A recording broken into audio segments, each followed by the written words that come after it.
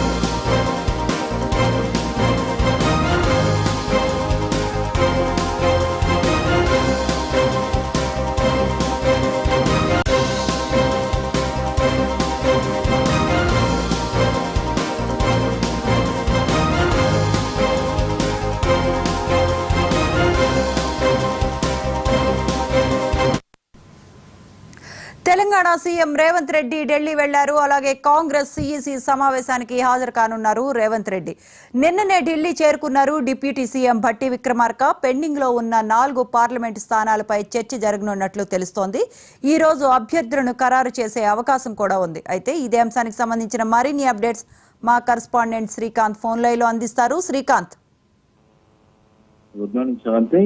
ఈరోజు ఢిల్లీకి ఉదయం 6 గంటల ప్రాంతంలో సీఎం రేవంత్ రెడ్డి ఢిల్లీ బయలుదేరి వెళ్లారు. ముఖ్యంగా ఇవాళ ఏఐసిసి ఆధ్వర్యంలో జరగనుందో కాంగ్రెస్ పార్టీ ఎన్నికల కమిటీ సమావేశంలో ఆయన పాల్గొనున్నారు. సీఎం రేవంత్ రెడ్డితో పాటు డిప్యూటీ సీఎం భట్టి విక్రమార్క, అంటే సీఎం రేవంత్ రెడ్డి కంటే ముందు ఆయన ఢిల్లీ వెళ్లారు. అయితే ఉత్తమ్ కుమార్ రెడ్డి కూడా హాజరు కావాల్సి ఉంది. ఈ రోజు 11 గంటలకు గాంధీ భవన్ లో ప్రెస్ మీట్ అనంతరం ఆయన బయలుదేరి వెళ్లే అవకాశం ఉంది. అయితే ముఖ్యంగా ఏదైతే రాష్ట్రంలో ఇప్పటికే 13 పార్లమెంట్ స్థానాలకు అభ్యర్థులు ప్రకటించారని, ఇంకా 4 పెండింగ్ ఉన్నాయి. మొత్తం 17 స్థానాల్లో 4 స్థానాలకు అభ్యర్థులు ఫైనల్ చేసే అవకాశం ఉంది. ఎందుకంటే ఇప్పటికే వరంగల్, ఖమ్మం, కరీంనగర్, ఇక హైదరాబాద్ ఈ 4 స్థానాలు పెండింగ్ లో ఉన్నాయి. వరంగల్ కి నిన్న పార్టీలో జాయిన్ అయిన ఉంటుందో కడియం కావ్యకు సీట్ కన్ఫర్మ్ అయినట్టుగా తెలుస్తుంది. మిగతా 3 స్థానాలకు అభ్యర్థుల పైన క్లారిటీ రావాల్సి ఉంది. ముఖ్యంగా ఖమ్మం స్థానానికి మాత్రం పోటీ ఎక్కువ ఉందని చెప్పొచ్చు. ఈ నేపథ్యంలోనే వరకు పెండింగ్ పడుతూ వస్తుంది. దీనిపై ఈరోజు క్లారిటీ వచ్చే అవకాశం కనిపిస్తుంది. ఎందుకంటే ఆశావాల జాబితా ఎక్కువగానే ఉంది.